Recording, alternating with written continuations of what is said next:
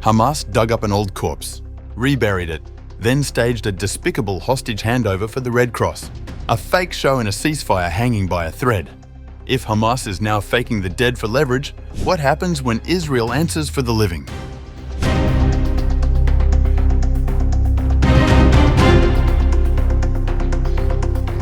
In a brazen act of deception, Hamas staged a fake hostage body recovery, digging up remains already buried and presenting them as newly found to Red Cross officials.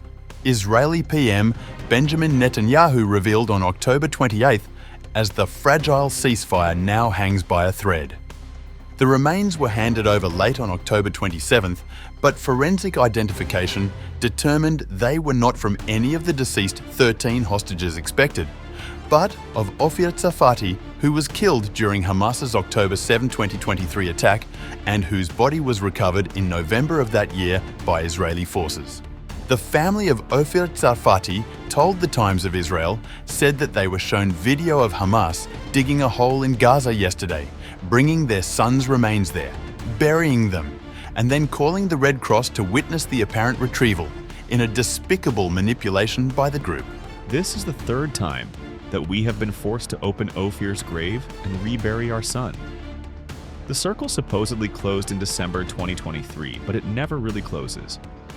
Since then, we have been living with the wound that keeps opening between memory and longing, between bereavement and a sense of mission. Our Ofir went to Nova to celebrate his birthday and never returned. We ask all the people of Israel not to forget the fallen, not to forget the hostages. IDF reservists stationed in eastern Gaza City have said that Hamas operatives carried out digging works yesterday before bringing out a body from a nearby building and placing it in the hole.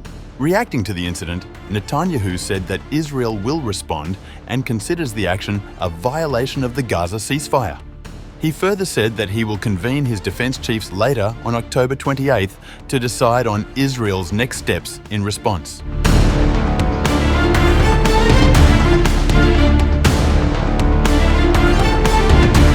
Meanwhile, Hamas said it was complying with the ceasefire and doing its best to locate hostage remains, but was hindered by a lack of equipment to identify bodies. Hamas spokesperson Hazem Qassem said finding all the bodies was a challenge because of the scale of destruction in Gaza. Qassem told Reuters, Hamas will continue to exert every effort possible to hand over the remaining bodies until this issue is fully concluded and as soon as possible. Israel's Finance Minister Bezalel Smotrich and National Security Minister Itamar Ben-Gvir both called on Netanyahu to take tough action against Hamas. However, any response would likely have to first be green-lit by Washington, which brokered the fragile ceasefire this month that has halted 2 years of war, a senior Israeli official said. US President Donald Trump on October 25th said he would be very closely watching Hamas's return of deceased hostage bodies over the following 48 hours. Under the ceasefire, Hamas released all living hostages in return for nearly 2,000 Palestinian convicts and wartime detainees, while Israel pulled back its troops and halted its offensive. Hamas has also agreed to hand over the remains of all dead hostages yet to be recovered, but has said that it will take time to locate and retrieve the bodies. Israel says the militant group can access most of the remains without any problem. The search for hostage bodies accelerated over the past few days since the arrival of heavy machinery from Egypt.